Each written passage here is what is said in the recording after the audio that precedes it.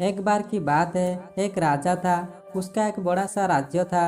एक दिन उसे देश घूमने का विचार आया और उसने देश भ्रमण की योजना बनाई और घूमने के लिए निकल पड़ा। जब वो यात्रा से लौटकर अपने महल में आया और उसने अपने मंत्रियों से पैर में दर्द होने की शिकायत की। राजा का कहना था कि मार्ग में जो कंकड़ पत्थर थे वो मेरी पैर में चुभ गया और इसके लिए कुछ इंतजाम करना चाहिए। कुछ देर विचार करने के बाद उसने अपने मंत्रियों को आदेश दिया कि देश की संपूर्ण सड़क चमड़ से ढक दी जाए। राजा का ऐसा आदेश सुनकर सब सख्ते में आ गया, लेकिन किसी ने भी मना करते की हिम्मत नहीं दिखाई। जो तो निश्चित ही था, इस काम करने के लिए बहुत सारे रुपया की जरूरत थी, लेकिन फिर भी किसी ने कुछ नहीं कहा। कुछ देर बाद राजा ने एक बुद्धिमान मंत्री ने एक युक्ति निकाली। उसने राजा के पास जाकर डरते हुए कहा कि मैं आपको एक सुझाव देना चाहता हूँ। अगर आप इतने रुपया को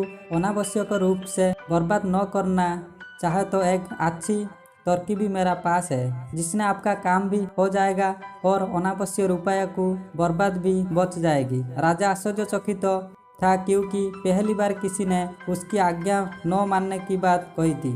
उसने कहा, बताओ क्या सुझाव है।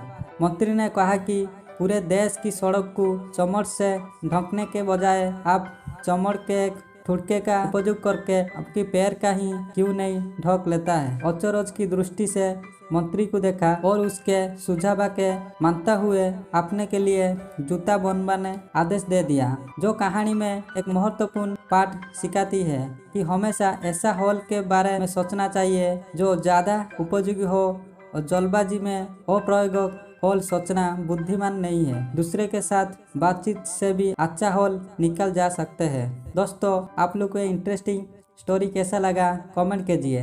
धन्यवाद।